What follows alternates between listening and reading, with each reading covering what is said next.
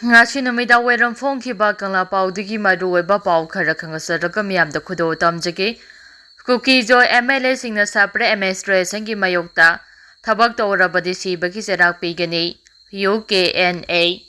Kuki jo MLA singna maite singna lead tawba iste administration ga samina banatraga sapre administration demand ki mayokta thabak tourabadi sibagi cheirak pigani haina nansu group ama oiriba United Kuki National Army UKNA की Department of Home Affairs na थोखिबा सेओल अमन हाइरे Government of Kuki Arm की banner मखादा operate तौरिबा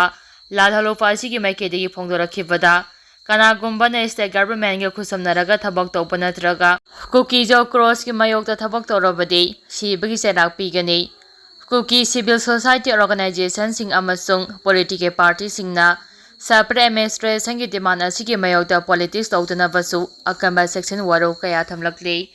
Kuki jo cross ki damakta political game tawribasing haksina lawgani kanagumba miyoy natraga group amatana Kuki singi movement ase soanba amasung mayay chamhanaba honaroidabane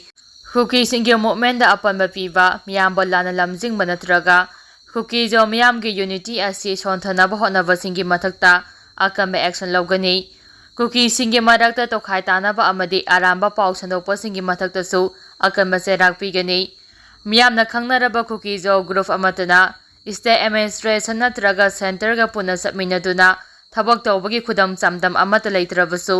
United Kuki National Army gi makedigi naungna phongdorakliba detect asi singi area singda lalharofa asina authority oina honarakbagi thawngni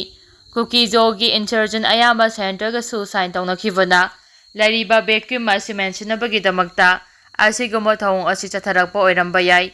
UKNA Gimayotegi Kanakomo from Pondora Kivasi, Handaki Asin Ahambanate, Ikuiku in Handakta Sulala Rufasina Surosampoda, Mio Mari Hat Kibagi Taudo Adu Cookies or Miamna, Yamnakana Yaning the Pondo Polake Ravani Haide, Panbayavade, Tado Impigimakedegi UKNA authority Amoina, detect Obagi Tong Asimamang the Suyamnakana Yaning daba. Pongdokpa laikravani maraksida MLA LM khawtena thadorakhiba mahake press statement aman hairibadi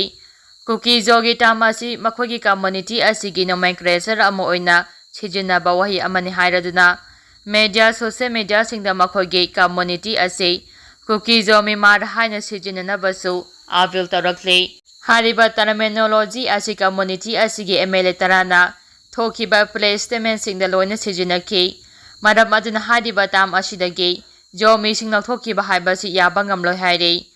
Tibaimu kendra ge MLA ngunsalung sanatena thadorakpa press statement amada hadibana Kuki jo mi mar hadiba nomenclature asida mahaki makedegi mapum phana sawgalle aikhoge miyam ge apamba amasung banglan adu phangnabagi damak mapum phana sawgalle haraduna mar nomenclature asiba platform organization natraga Statement singdagi laktopagi wafam asi yaningdaba phongdokli haraduna Phelzong district ki community sing interest manglan amasung apambasing aduda mahaki makedegi makhata na mapumfana sagwakhigani haire makhata rakpa pauda anga kidnap tawbagi thodokta lamdeng panchilakpa laibak thibani school tamliba mahairoi ama kidnap tawkhre haina social media da phongdokna rakhiba thawdo adu yamna nungaitaba thawdo amani Adam oinama anga adu lamdeng chingi jaga amadegi rescue tawre hana phongdorakhibodo yamna lebak thibani lamdeng area da adugumba thawdo amata thokhiba leite haina ngasi lamdeng da pangthokhiba paugi mifam amada lamdeng makha laikai women's development association amasung local club ki mihusing na silaga thangjam jamuna na phongdokre mahana makha na haikibada asiguma verify tawdaba aramba pau social media amasung media da sandorakpa asina maram oiraga mafam adugi mingchang thembada natana miyambasu lan ohanabagi maram ama ohellei maram aduna matungda de community amagi ija soktanaba amasung aramba pauna maram oiraga miyamda akiba phondanaba social media user singna asima pawadu chapchana khanglaba khakta da upload tawbiyu haina phongdokhi makhatarapa pawda Imphal da maitei singa dialogue chatharuba thadau community gi meyoi anigi imung manungda Kuki sina ki hanbagi thabak sathadrei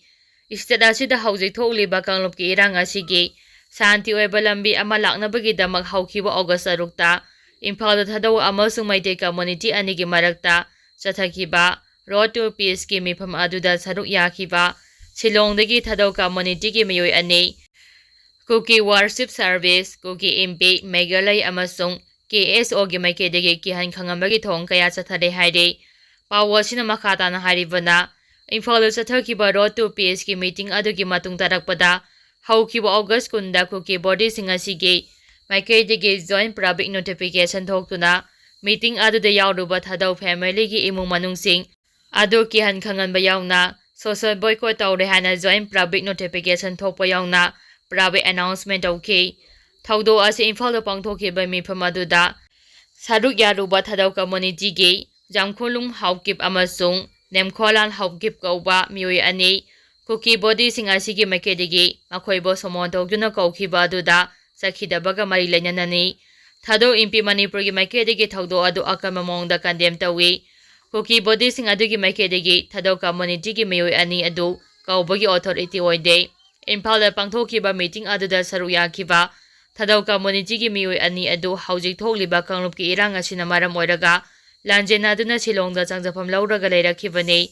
makhoi ani gi mathakta Kuki body singna chathakiba thawng adu Imphal pangthokiba meeting aduda saru yakibaga mari lainanani haina penda bofam kaya phongdorakle panba yabade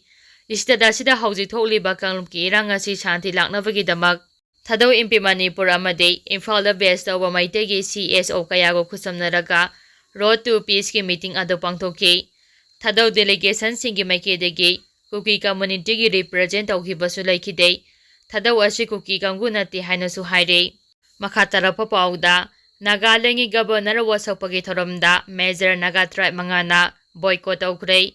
Manipur gi governor gi thaupuriba Ajay Kumar Balana